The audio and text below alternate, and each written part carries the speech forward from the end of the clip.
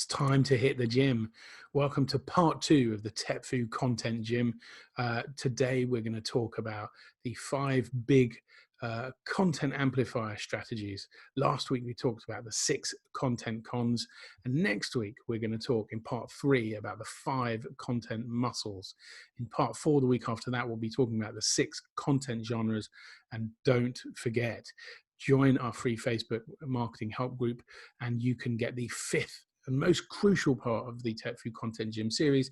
That is the 8 content sources. That's where we help clients get content from.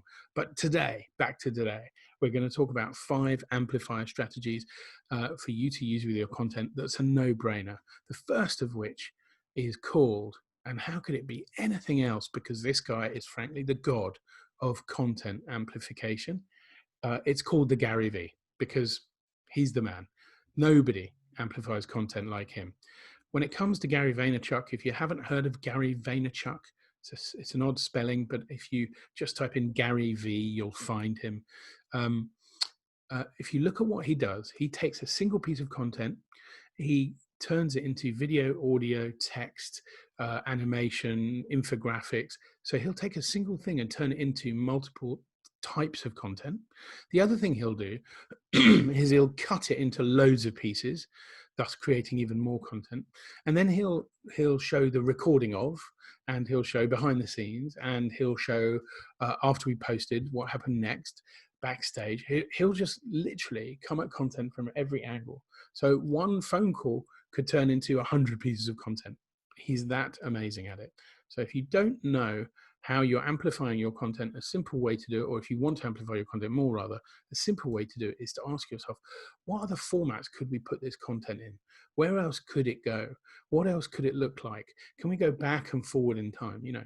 And we'll talk about that a bit later. The second content amplifier strategy is called the editorial exhaust. And I first heard about this in the 90s, believe it or not, the 1990s.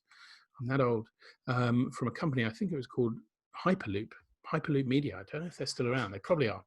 Anyway, they talked about the editorial exhaust. What this means is the content that comes out the back of your business. What are you doing with it? Now, what do I mean? If you've got a sales team of 10 people and each of you looks at 5 interesting articles on various news sites every day, what are you doing with those 5 times 10? So that's 50 news articles. What could you be doing with it? Could you turn it into a daily digest to post on a Facebook group so that your clientele can see the 50 most important articles? Could you take those 50 and reduce it down to a top 10? Could you push it out on email every day? Could you push it on social? Could you even do a 60-second video on the most important article your team have read today?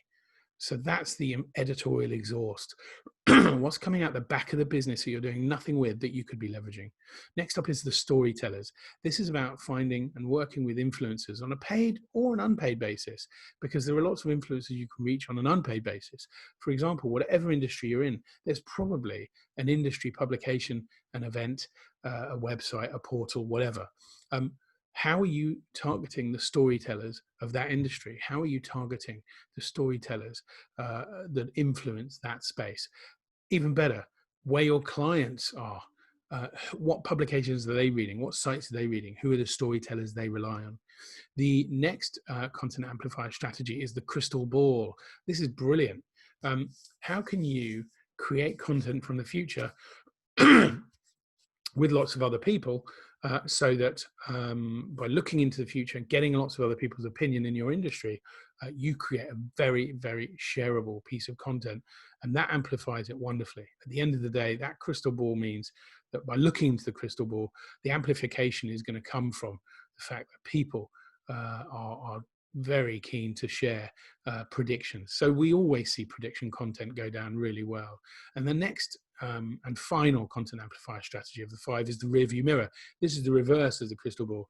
What can we look at in the past? 10 things we learned from.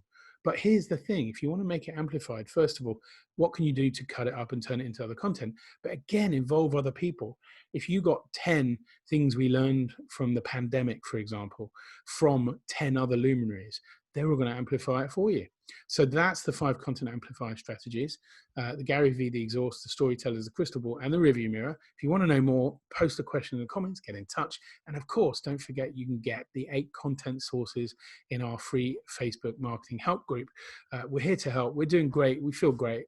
I know it's testing times. We hope you're well, but hit reply and get in touch. We are here to help.